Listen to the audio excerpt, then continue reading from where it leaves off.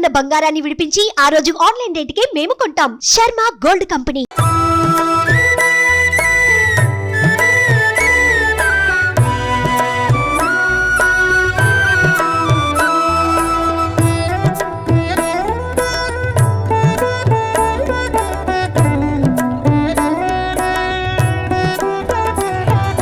సాయి నామం అతి మధురం, సాయి రూపం సుందరం.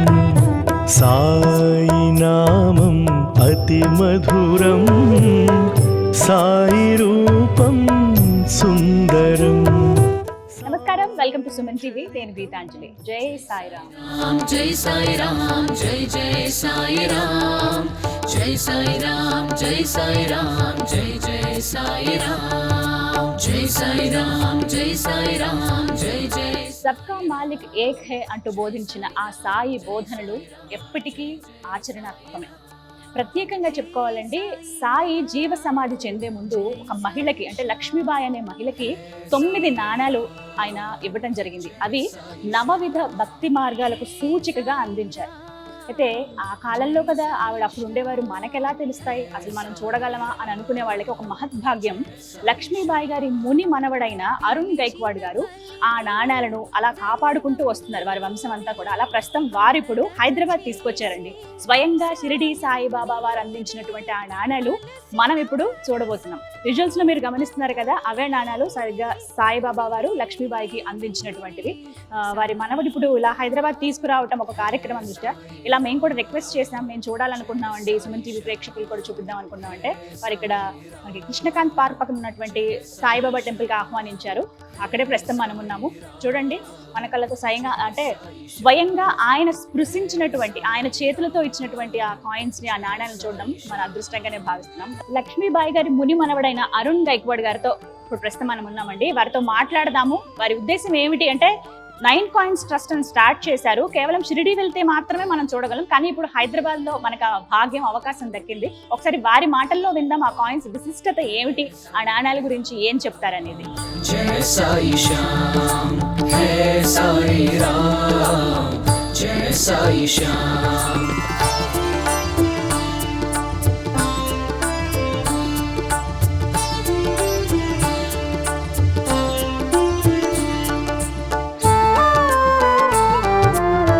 ओम साई राम।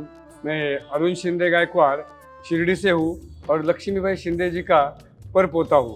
लक्ष्मीबाई जी की पोती शैलजा शिंदे गायकवाड़, उनका मैं बेटा हूँ।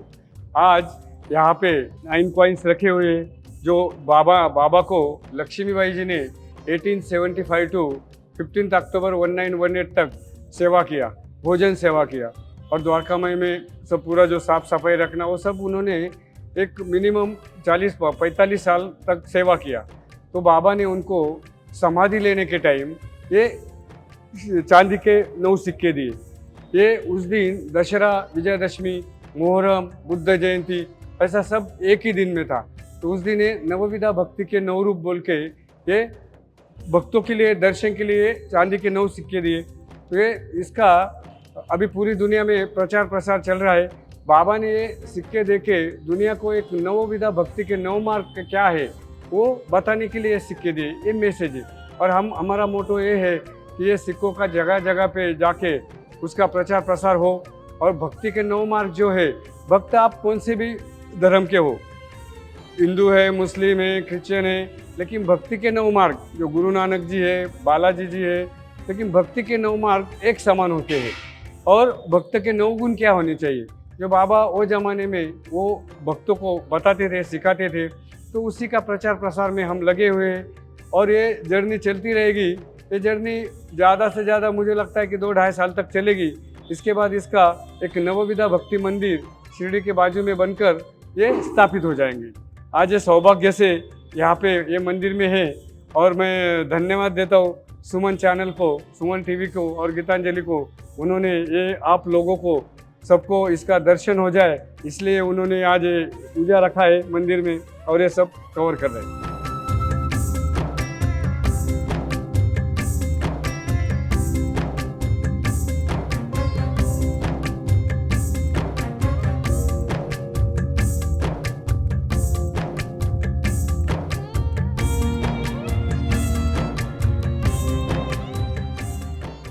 సాయి శ్రీనివాస్ గారు. నమస్తే అమ్మా. నమస్తే అండి. చాలా సంతోషం మిమ్మల్ని కలవడం. ముందుగా జై సాయిరామ్. జై సాయి. నిజంగా అదృష్టవంతులమే మనం. అవును. ముందుగా షిరిడి నుంచి వచ్చినటువంటి 9 నాణ్యాల గురించి ప్రేక్షకులకు వివరిస్తారా? తప్పకుండా అమ్మా. ఈ రోజున మనందరి యొక్క అదృష్టం కొద్దీ మనం బాబా గారు స్వహస్తాలతో వారు దేహత్యాగం చేసిన రోజున 1918 అక్టోబర్ 15వ తారీఖు వారు విజయదశమి రోజు మధ్యాహ్న వేళలో దేహత్యాగం చేసే ముందు స్వహస్తాలతో లక్ష్మీబాయి సింధేకి ఇచ్చినటువంటి ఈ 9 నాణ్యాలని ఇప్పుడు మనం చూస్తున్నాం. బాబా వారు షిరిడీలో 60 సంవత్సరాల పాటు నివసించి వారు దేహత్యాగం చేసే ముందు ఈ 9 నాణ్యాలని ఇవ్వటంలో ఉన్నటువంటి ఆంతర్యం ఏంటో మనం తెలుసుకుందాం. 9 అనగానే మనమందరం కూడా 9 సంఖ్యకి ఎంతో ప్రాధాన్యత ఉందని అనుకుంటాం. అలాగే నవవిధ భక్తులుగా కూడా తెలుసుకుంటాం.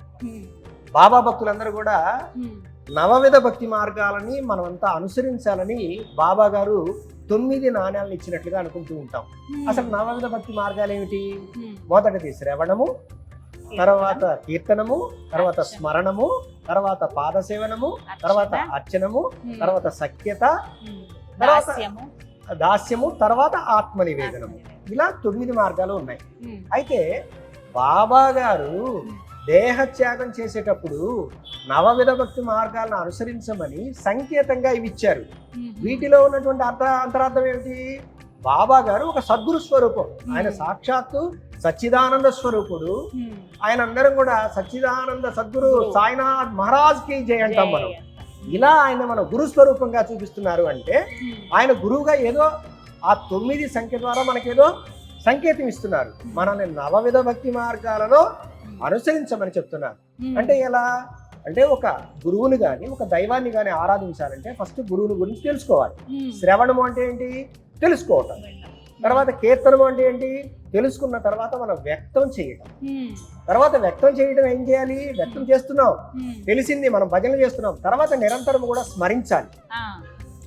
అంటే శ్రవణం చేసి మనం తెలుసుకున్నాం, కీర్తించాము, తర్వాత స్మరణం చేస్తున్నాం. నిరంతరం స్మరణం చేస్తే పాద సేవనం చేసేటువంటి భాగ్యం వస్తుంది. ఆ పాద సేవనం చేసే భాగ్యం వస్తే అప్పుడు అర్చించగలుగుతాము. అలా అర్చిస్తున్నప్పుడు ఏమవుతుంది? మనం ఆయనకి దాసులం అవుతాము. దాసులం అయితే ఏమవుతుంది? భగవంతుడు మనకి సఖ్యత అవుతాడు, ఫ్రెండ్ అయిపోతాడు. అప్పుడు మనం ఆత్మ నివేదనం అంటే ఆయన పరమాత్మ అయితే మనం జీవాత్మ. ఈ జీవాత్మ వెళ్ళి పరమాత్మలో కలవటమే ఆత్మ నివేదనము. ఇలా మనం నవవిధ భక్తి మార్గాల గురించి చెప్పుకుంటూ ఉంటాం. అయితే బాబా గారు సద్గురువు కదా, ఇంకా ఏదో చెప్పాలనుకుని ఆయన 9 ఇచ్చారు. సద్గురులు ఏం చెప్తారు అంటే ఇంద్రియ నిగ్రహ శక్తి కావాలి అంటారు. అంటే పంచేంద్రియాలు, మనలో ఉన్నటువంటి పంచేంద్రియాలు ఏవైతే ఉన్నాయో ఆ ఇంద్రియాలని ముందు ఆయనకి సమర్పించాలి. తర్వాత మనసు, బుద్ధి, చిత్తము, అహంకారము అంటే అంతఃకరణ శుద్ధి కావాలి. అంటే ఈ 9 మార్గాల్లో మనకు మనము ఆత్మ సమర్పణ చేసుకోవాలి. ఎప్పుడైతే గురువును మనం పరిపూర్ణమైన విశ్వాసంతో వారి పాదాలను ఆశ్రయించి మనం పరిపూర్ణంగా సమర్పించుకుంటామో వారి యొక్క అనుగ్రహం ఎప్పుడు కూడా ప్రవహిస్తూనే ఉంటుంది. వారి అనుగ్రహం రక్షణగా మనల్ని రక్షిస్తూనే ఉంటుంది. మీతో నేను ఉండనని మీరు బాధపడద్దు, ఈ శరీరాన్ని త్యాగం చేస్తున్నానని మీరు బాధపడద్దు. మీరు ఈ యొక్క 9 నాణ్యాల రూపంలో నేనున్నారు ఇక్కడ. ఈ మార్గాన్ని మీరు అవలంబించినట్లయితే ఈ దేహం వెళ్ళిపోతుంది. పరిచయం కోసం మాత్రమే ఈ దేహంతో వచ్చాను, ఇక దేహంతో పని లేదు. నేను పరిచయం అయ్యాను మీకు. నేను చెప్పినటువంటి ఈ మార్గంలో జీవించినట్లయితే నిరంతరము మీకు ఆ దైవానుగ్రహం కలుగుతుంది. సద్గురులు బోధించినటువంటి జీవన మార్గమే మీకు జన్మరాహిత్యాన్ని ప్రసాదిస్తుంది. మరలా జీవితం అనేది లేకుండా ఇప్పుడు నేను శరీరాన్ని వదిలిపెడుతున్నాను కదా, ఈ సమయంలో నేను చేస్తున్నాను మానవ జన్మ రాహిత్యం కోసం మీరు ఈ మార్గాలను అవలంబించండి, అంటే గురు మార్గంలో జీవించండి అని బాబా గారు మనకి సందేశాన్ని ఇచ్చారు, స్వయంగా ఇచ్చారు. ఎంత అదృష్టవంతురాలండి లక్ష్మీబాయి షిండే గారు. ఆవిడ చాలా అదృష్టవంతురాలు. బాబా గారి దగ్గర 1875వ సంవత్సరం నుంచి 1918 దాకా రాత్రి వేళలో ఎవరికి ద్వారకామాయిలోకి ప్రవేశం లేదు. ఈవిడ మాత్రమే వెళ్ళి బాబా గారికి ఆహారం సమర్పించి బాబా గారు ఆహారం తీసుకున్న తర్వాత వారు ఆహారం తీసుకున్నారు. బా. మ్మ్. వారు ఆహారం తీసుకునేవారు. అంతగా సేవ అంతగా చేశారు. సేవ చేశారు ఆవిడ. మ్మ్. ఆవిడ ఆ విధంగా సేవ చేసి బాబా గారు చెప్పాలనుకున్నటువంటి సందేశాన్ని ఆవిడ రూపంలో ఇచ్చారు. మ్మ్. ఆవిడ పేరు లక్ష్మీబాయి సింధే. మ్మ్. ఆ లక్ష్మీబాయి సింధే మనవరాలు శైలజా సింధే. మ్మ్. శైలజా సింధే పుత్రుడు అరుణ్ గైక్వాడ్. అరుణ్ గైక్వాడ్ గారు. ఇవాళ మనకు వచ్చిన ఆయన 4వ తరం. ఆ. ఆ రోజు నుంచి కూడా అప్పటి నుంచి కూడా షిరిడీ సంస్థానంలో బాబా వారి యొక్క సేవలోనే ఉంటూ మ్మ్. బాబా గారి తత్వాన్ని అనేక ప్రాంతాలు వెళ్ళి మ్మ్. ఈ యొక్క నవవిధ భక్తి మార్గములు మ్మ్. ప్రచారం చేస్తూ బాబా గారి యొక్క తత్వాన్ని అందరూ అనుసరించాలని చెప్పేసి వారు ప్రచారం చేస్తున్నారు. మ్మ్. అక్కడ ఒక ట్రస్ట్ ని ఏర్పాటు చేసి ఆహా. అనేకమైనటువంటి సేవా కార్యక్రమాలు చేస్తున్నారు. షిరిడీలోనేనండి? షిరిడీలోనే 9 కాయిన్స్ ట్రస్ట్ అనేది ఏర్పాటు చేసి ఆహా. ఆ ట్రస్ట్ ద్వారా బాబా తత్వాన్ని ప్రచారం చేస్తున్నారు. ఇప్పుడు షిరిడీ వెళ్ళిన వాళ్ళు ఎవరైనా వెళ్ళొచ్చా అక్కడికి? షిరిడీ వెళ్ళినటువంటి వాళ్ళు మ్మ్. అరుణ్ గైక్వాడ్ గారి ఇంటికి వెళితే వారు మ్మ్. ఉన్నారని తెలుసుకుని మనకి వెబ్సైట్ ఉంది. ఆ వెబ్సైట్ ద్వారా మ్మ్. వారి యొక్క అడ్రస్, దాంట్లో ఫోన్ నెంబర్ అంతా ఉంటుంది. మ్మ్. ఎవరైనా షిరిడీ వెళితే వాళ్ళ ఇంటికి వెళ్ళి మ్మ్. దర్శనం చేసుకోవచ్చు. మ్మ్. అలాగే బాబా తత్వాన్ని ఎవరైనా ప్రచారం చేయాలి అనేటువంటి ఆలోచన ఉన్నట్లయితే మ్మ్. ఇలా దేవాలయానికి ఆహ్వానిస్తే మ్మ్. వారు అవి తీసుకుని వచ్చి బాబా తత్వాన్ని ప్రచారం చేస్తూ ఉంటారు. అయితే ఇప్పుడు హైదరాబాద్ లో ఉన్నారండి. మళ్ళీ ఎప్పుడు ఆ భాగ్యం మిగతా భక్తులందరూ కూడా చూస్తారు కదా, మరి వారికి ఆ అది భాగ్యం ఎప్పుడు? బాబా గారు ప్రసాదించినటువంటి అనుగ్రహం. చింతపల్లి సాయిబాబా గారి గుడికి వచ్చారు. అక్కడ ఆహా. చింతపల్లి సాయిబాబా గుడి అంటే చింతలు ఇచ్చే సాయిబాబా. ఆ. ఆ సాయినాథుడు మ్మ్. అక్కడికి పిలిపించుకున్నాడు. మ్మ్. ఈ రోజున ఇక్కడ కృష్ణకాంత్ అనుకోకుండా. పార్క్ పక్కన మ్మ్. మల్లారెడ్డి గారి ఆధ్వర్యంలో నడుస్తున్నటువంటి ఈ దేవాలయంలో ఆ. ఈ సాయినాథుడి సన్నిధిలో మనం బాబా గారి చెంత బాబా గారు స్వయంగా స్పర్శించినటువంటి నాణ్యాలు. ఒక గురువు ఒక వస్తువును స్పర్శిస్తే మ్మ్. వారు స్పృశించడం వల్ల వారి యొక్క తపశక్తి దానిలో ఉంటుంది. మ్మ్. అంటే వారి చేతి మీదుగా మీరు విభూతి తీసుకోండి, కుంకుమ తీసుకోండి, ఏ వస్తువైనా తీసుకోండి, ఒక గురువు మ్మ్. ఆ వస్తువుని మనం తాకినప్పుడు అది ప్రసాదం అవుతుంది. మ్మ్. అంటే సాక్షాత్తు ఆ భాగ్యం. బాబా గారి యొక్క స్వహస్తాలతో తాకినటువంటి ఆ 9 నాణ్యాలు ఆ. ఇవాళ భక్తులందరూ కూడా తాకి మ్మ్. ఎంతో ఆనందంతో బాబా గారి యొక్క అనుగ్రహాన్ని పొందినట్టుగా భావిస్తున్నారు. అంటే ఇప్పుడు ఉంటారండి హైదరాబాద్ లో? మళ్ళీ ఎప్పుడు అవకాశం అంటే ఎన్ని రోజుల పాటు ఉంటారు? ప్రస్తుతానికి వాళ్ళతో కార్యక్రమం అయిపోయింది. మ్మ్. అయిపోయింది తర్వాత మళ్ళీ ఏదైనా కార్యక్రమం ఉన్నప్పుడు వచ్చినప్పుడు వారిని ఇలా సంప్రదించవచ్చు. చాలా సంతోషం శ్రీనివాస్ గారు. అరుణ్ జీ బ్లెస్డ్ అని చెప్పాలి. Thank you so much. Yes thank you ji. Thank you so much. Thank you. Thank you అండి. Thank you. సో విన్నారు కదా, ప్రస్తుతం హైదరాబాద్ లో ఉన్నటువంటి కొంతమంది సాయి భక్తులకి అదృష్టం దక్కిందనే చెప్పుకోవాలండి. మీరు డైరెక్ట్ గా ఒకవేళ అవకాశం ఉంది అని అంటే కనుక షిరిడి వెళ్ళే చూడాల్సింది. ఒకవేళ షిరిడి వెళ్తున్నప్పుడు మీరు అరుణ్ గైక్వాడ్ గారిని సంప్రదించవచ్చు. 9 కాయిన్స్ ట్రస్ట్ అని ఉంటుంది. అక్కడికి వెళ్ళి మీరు డైరెక్ట్ గా బాబా గారు స్వయంగా లక్ష్మీబాయి గారికి ఇచ్చినటువంటి కాయిన్స్ ని చూడొచ్చు. హైదరాబాద్ లో మాత్రం ఇప్పుడు ప్రస్తుతం మాకైతే అదృష్టం దక్కింది. ఒకవేళ మీరు ఏమైనా సత్సంగులు కానీ ఏమైనా కార్యక్రమాలు ఏర్పాటు చేయాలని అనుకుంటే గనక, ప్రత్యేకించి సాయినాథుడి చరిత్ర గురించి కావచ్చు, సాయి బోధనల గురించి ఇంకా మరింత మందికి తెలియపరిచే విధంగా కొన్ని కార్యక్రమాలు ఏర్పాటు చేస్తే అప్పుడు మీరు అరుణ్ గారిని సంప్రదించవచ్చు. అలాగే సాయి శ్రీనివాస్ గారిని సంప్రదిస్తే మీకు మళ్ళీ ఆ కాయిన్స్ తీసుకువచ్చి అక్కడ ప్రదర్శించి ఆ సాయి కృపను అనుగ్రహించే అవకాశం ఉంటుంది. కాబట్టి మీరు కూడా సంప్రదించండి. 9 కాయిన్స్ ట్రస్ట్. అలాగే డీటెయిల్స్ అన్ని కూడా మీరు ఒకసారి వెబ్సైట్ లో వెళ్ళగానే మీకు అన్ని దొరుకుతాయి. అయినా ఇవాళ మాత్రం నేను ఖచ్చితంగా అదృష్టవంతులమనే చెప్తాము.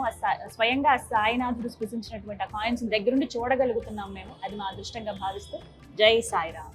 జై సాయి.